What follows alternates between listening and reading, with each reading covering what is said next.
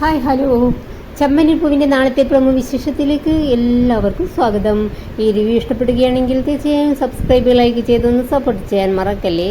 പ്രൊമോയിൽ ആദ്യം കാണിക്കുന്നത് സച്ചിയുടെ ഫ്രണ്ടായ ഈച്ച സച്ചിയുടെ വീട്ടിലേക്ക് വരുന്നുണ്ട്.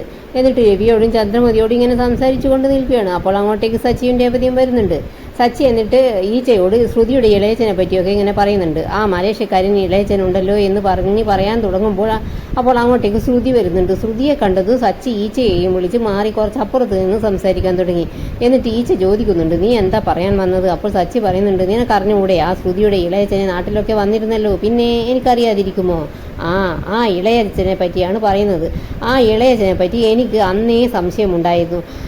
ഇപ്പോൾ ആ സംശയം ബലപ്പെട്ടിരിക്കുകയാണ്. അതുകൊണ്ട് അയാളുടെ കാര്യത്തിൽ ഒരു തീരുമാനമുണ്ടാക്കണം. അയാൾ ഈ നാട്ടിൽ തന്നെ ഉണ്ടെന്നാണ് എൻ്റെ ബലമായ സംശയം. പുറത്താണെന്നാണൊക്കെയാണ് ശ്രുതി പറയുന്നത്. ഏതായാലും ഇതൊക്കെ ശ്രുതി ഒളിച്ചു നിന്ന് കേൾക്കുന്നുണ്ട്. പിന്നീട് ശ്രുതി ബീരാനെ കണ്ട് കാര്യങ്ങൾ പറയുന്നുണ്ട്.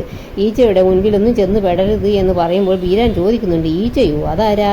അപ്പോൾ ശ്രുതി പറയുന്നുണ്ട്, സച്ചിയുടെ ഫ്രണ്ടാണ് ഈച്ച. സച്ചി നിങ്ങളെ കണ്ടുപിടിക്കാൻ അവനെയാണ് ഏർപ്പെടുത്തിയിരിക്കുന്നത്.